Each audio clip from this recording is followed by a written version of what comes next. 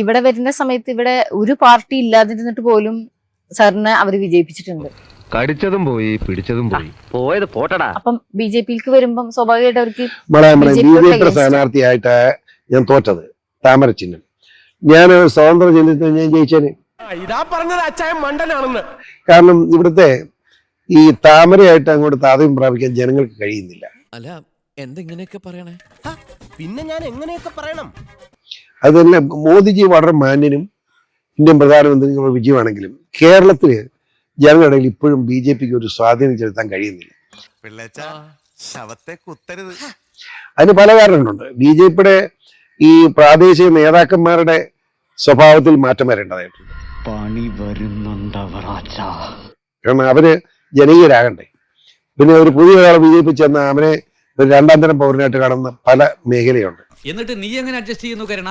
ഈ രാജീവ് ചന്ദ്രശേഖർ സംസ്ഥാന പ്രസിഡന്റ് വളരെ മാന്യനാണ്. എന്നാൽ അങ്ങേറെ കൂട്ടത്തിലുള്ള പല ഭാരവാഹികളും മാന്യന്മാരല്ലതാണ്. എവിടെയോ എന്തോ ഒരു തകരാറ് പോലെ. എത്ര പാർട്ടി മാറിയിട്ടുണ്ട്? ഞാൻ പാർട്ടി മാറിയിട്ടേ ഇല്ല. സത്യമായി പറയുന്നവനായി രാജാക്കൻ.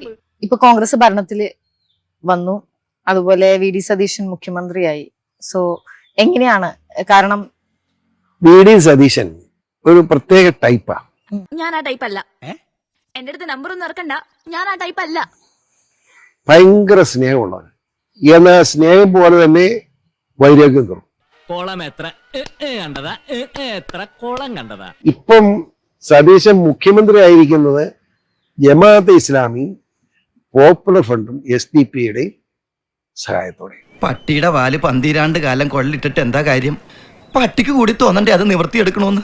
ഇനിയൊരു ഇലക്ഷൻ വന്നു കഴിഞ്ഞാൽ മത്സരിക്കും ഞാൻ അയ്യോ എന്റെ മകളെ ഇത്രയും മത്സരിക്കാൻ ഞാൻ ഓടി രക്ഷപ്പെട്ടവരാ പറ്റിയാലെന്ന് പറഞ്ഞു. വേണ്ട വേണ്ട, നീ പലതവണ പറഞ്ഞതാ കേട്ടില്ല. ഞാൻ തന്നെ. സി ജോർജ് കേരളത്തിന്റെ മുഖ്യമന്ത്രി ആവുകയാണെന്ന് വിചാരിക്കാം. എങ്ങനെയായിരിക്കും കേരളത്തെ മാറ്റാൻ? ഞാൻ മുഖ്യമന്ത്രി ആകുകയല്ലോ, പിന്നെ അതിനെപ്പറ്റി പറയണം. അത് കറക്റ്റ്. എപ്പോഴും കേരളം എന്ന് പറയുമ്പം ഒരു ബെസ്റ്റ് ആണ് എന്നുള്ളൊരു മീനിങ് ഉണ്ട്. അപ്പൊ അങ്ങനെ ചില അബദ്ധ ചിന്താഗതിയുണ്ട്. കേരളത്തിലെ അല്ല ലോകത്തിലെ ഏറ്റവും മോശം സ്ഥലം ഈ കേരളം എന്ന് ഞാൻ പറയുന്നു. ഒരു മൂന്നാംകട ഗുണ്ടയുടെ ചായയും പന്നിയുടെ രൂപമുള്ള അവൻ എന്റെ കൈ കിട്ടി ചവിട്ടിരിച്ച് ചമ്മന്തിയൊക്കെ. എന്റെ അഭിപ്രായത്തിൽ ഞാൻ ചെയ്യട്ടെ, തമിഴന്മാര് പഴയ തമിഴന്മാരല്ല, തമിഴ്നാടിന്റെ 100-1 ഐശ്വര്യമുള്ള സ്റ്റേറ്റ് അല്ല കേരളം. കേരളത്തോട് കളിക്കണ്ട.